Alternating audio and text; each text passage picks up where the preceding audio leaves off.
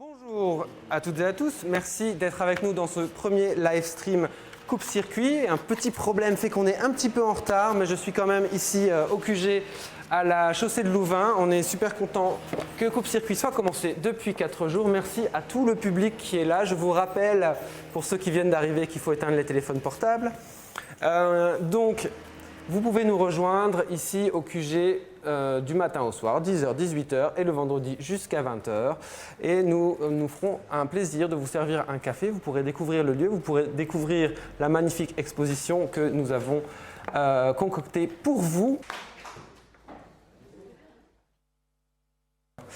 Alors, pour en parler aujourd'hui, nous recevons Marie-Thérèse Cassement, sociologue à l'Université de Liège. Vous avez beaucoup travaillé sur l'habitat, notamment des seniors, la maltraitance dans les maisons de repos, sur aussi les conseils consultatifs des aînés qui sont mis au point dans les communes, entre autres études que vous avez pu mener lors de votre carrière.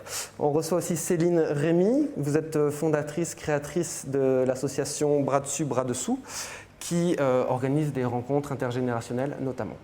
Et enfin, monsieur Jean-Jacques Claas, vous faites partie du gang des vieux en colère. C'est un mouvement citoyen indépendant, non partisan, transpartisan, qui se bat entre autres pour que les générations futures puissent vieillir dans la dignité. Et vous venez, vous, enfin pas seulement vous, mais votre groupe, votre gang, de faire paraître le deuxième numéro de Hold Up, votre journal. Voilà, donc il sera notamment disponible ici au QG de Coupe-Circuit. Venez le chercher.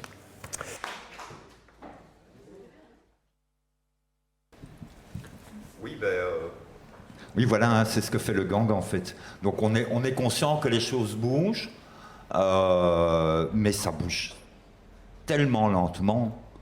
Par rapport à plein de points, on a des combats qui sont des combats sans fin. Et d'ailleurs, le deuxième numéro d'Hold Up, c'est justement sur l'arthrose, mais ce n'est pas l'arthrose des personnes âgées, c'est sur l'immobilisme de la société. Par rapport aux personnes âgées, voilà, ça fait plus de 2 ans qu'on demande un ombudsman, donc bien avant la crise des maisons de repos, on demande un ombudsman neutre pour aller contrôler dans les maisons de repos. Ça fait 2 ans qu'on attend. En Wallonie, Christy Montréal pousse un peu dans ce sens-là. À Bruxelles, silence radio. L'arrêt des contrôles des gens qui émergent à la Grappa, et il y en a de plus en plus. Donc ces gens qui ont un revenu complémentaire parce qu'ils sont en dessous du minimum vital, ça fait des années qu'on demande de stopper le contrôle. Ces gens sont littéralement mis en résidence surveillée, ils sont en prison. Et ça ne bouge pas. Ça ne bouge pas parce qu'il y a certains ministres dans certains partis que je ne nommerai pas, mais qui refusent. Donc ça avance, mais c'est très, très, très, très lent. Mais c'est clair qu'il y a des choses qui bougent.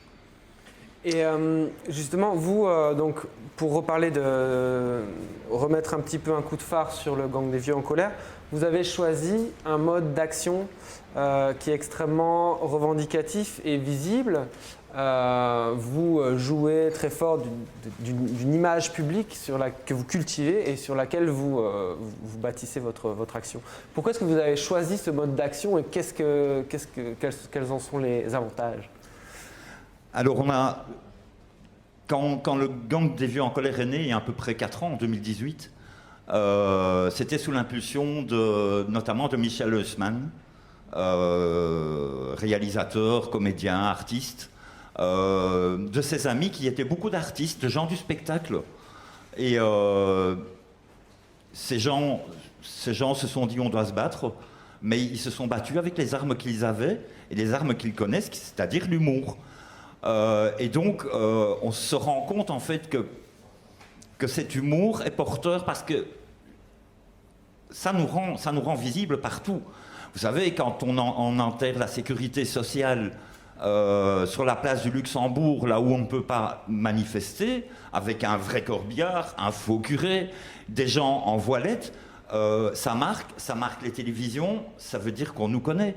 Quand on descend dans le métro avec des kalachnikovs, bon, je vous rassure tout de suite, hein, des kalachnikovs en MDF, hein, voilà, on parle de nous et on a choisi ça parce qu'en fait, notre arme, c'est l'humour. Mais c'est pas parce qu'on est drôle, c'est pas parce qu'on peut paraître comique que nos combats ne sont pas sérieux. Nos combats sont très sérieux et ça, les politiciens le savent bien. Et quels sont-ils justement ces combats mis à part le fait que Est-ce que c'est pour qu'on écoute plus les personnes qui sont catégorisées comme âgées, vieillissantes? Je ne sais pas si on ne nous écoute pas. C'est clair qu'on essaie de nous mettre sur une voie de garage. Non, je crois qu'on nous écoute. Je ne sais pas, mais je crois qu'on n'a pas plus de difficultés ou de facilité à interpeller des hommes politiques que des gens qui sont plus jeunes. C'est quand même très compliqué.